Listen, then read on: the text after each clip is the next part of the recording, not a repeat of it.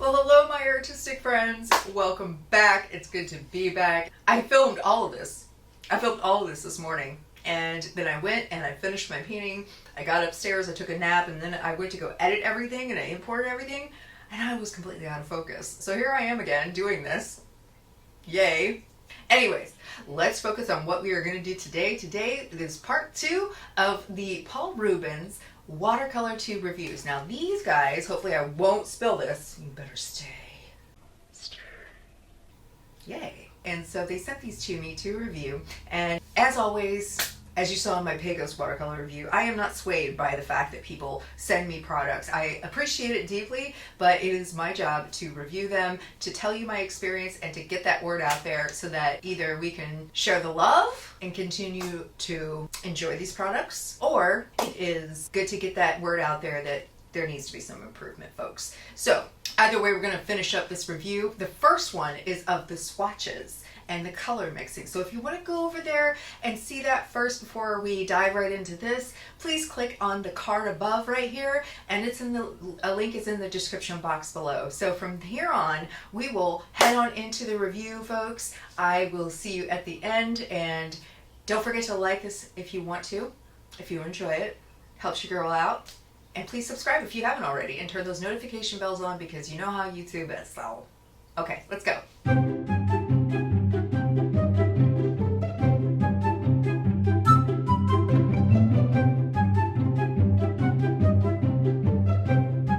Hey there, friends. Welcome back. Yes, here we are. Now this is part 2 of the Paul Rubens student grade watercolor 5 milliliter 36 colors of tubes.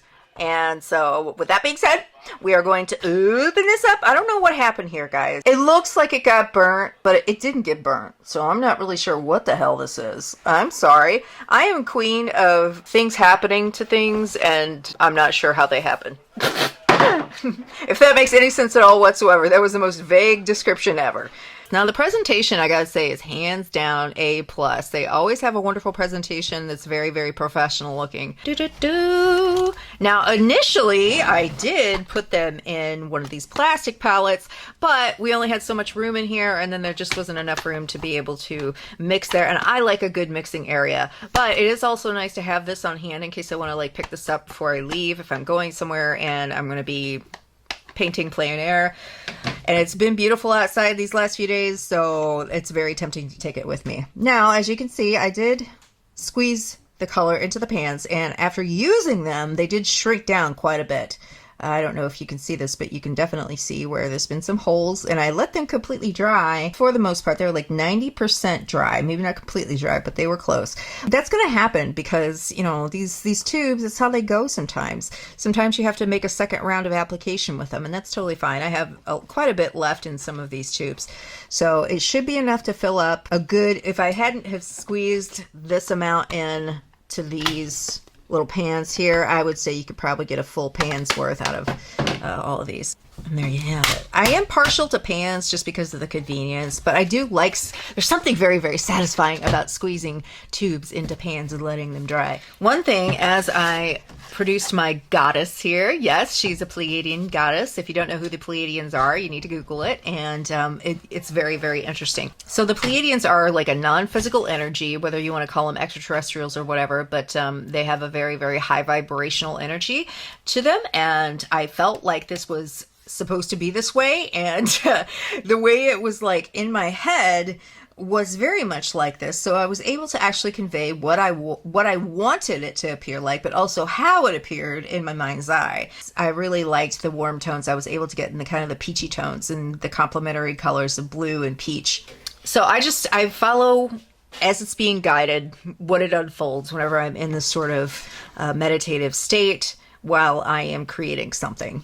One drawback I will say is that with the fact that they have wonderful skin tones, unfortunately means that some of these have lost the vibrancy of their original laydown. With the skin tones, and of course that's sometimes the mixes too, they'll fade as they dry, but I also found that to be true of the peach tones. The peach tones were actually, as you'll see in the time lapse, they were much more vibrant whenever I first laid them down. Even though I don't like the fact that vibrancy and color can fade with watercolors in certain brands, it does work out for you with skin tones. I don't have, unfortunately, the Paul Rubens artist grade pans or tubes, but I do have their phosphorescent. I feel like these are a really good brand of student grade paints, but you just have to understand what you're getting. This isn't the professional grade. Can I recommend it to professionals? No, I would much rather you go after the artist grade pans and tubes if you're going to look for light fastness. Here's one thing that I have to say is very nice, is that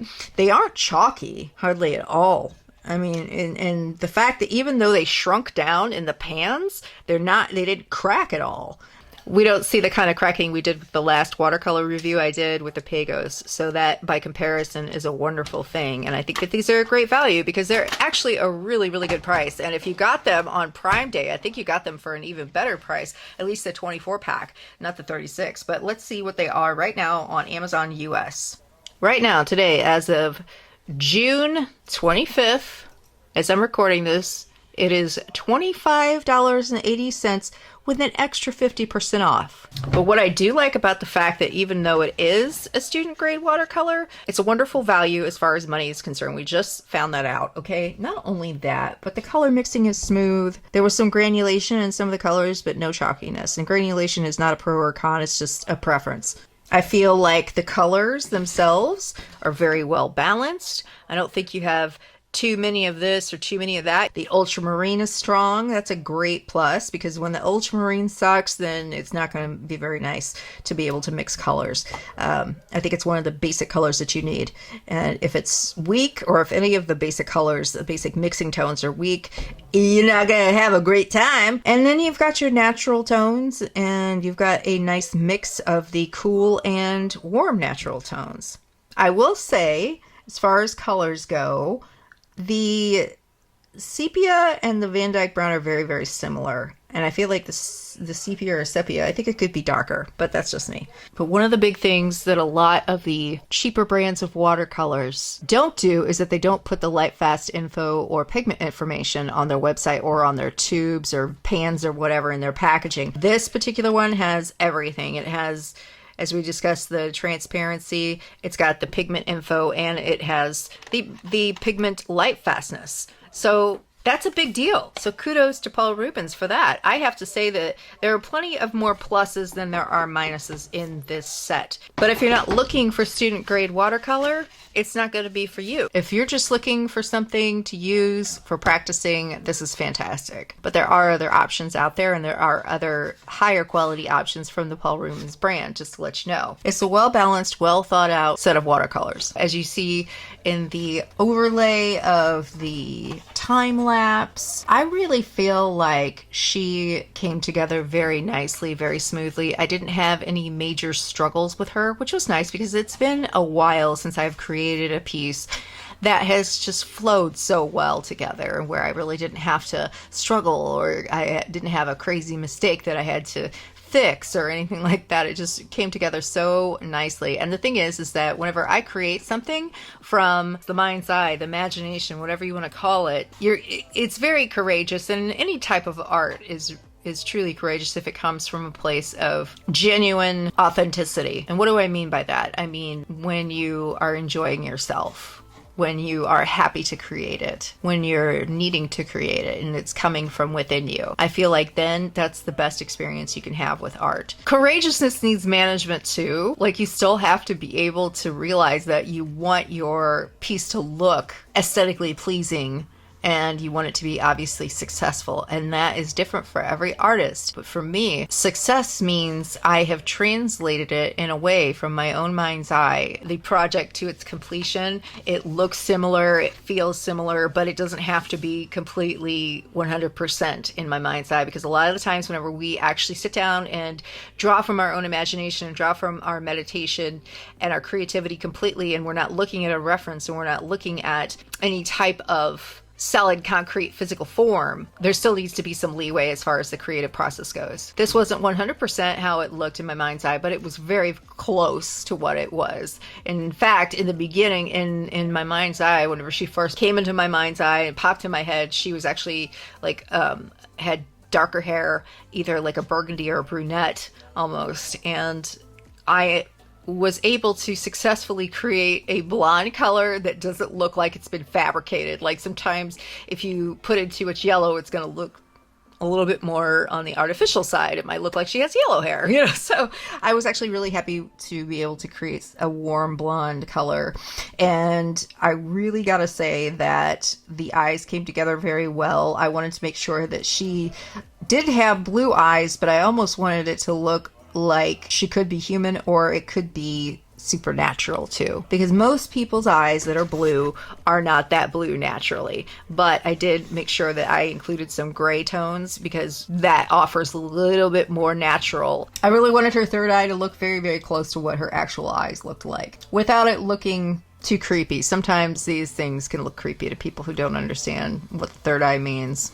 And I wanted her makeup to look a little bit more on the natural side, even though I added in some orange and some yellow tones. I basically started to do that because I wanted to bring out the blue in her eyes as a complementary color.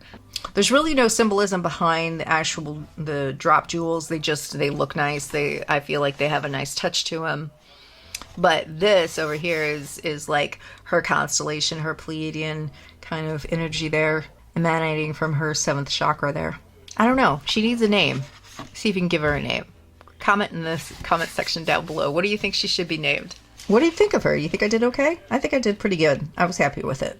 Also, thank you for 5 years on YouTube. Today is the actual anniversary, June 25th, 2021. 5 years ago, I put my first video on YouTube, which covered the whole buying gouache, if you saw in the community tab. I just realized it last night. I was like, oh, wow. Alrighty then. So we'll see what happens. Anyways, thank you for listening. Thank you for joining me today. And let's get back to it. I will see you guys in just a second. So what do we think? Do you like it? I actually really liked how it turned out. I'm actually really pleased with them. I think that they're great for student grade.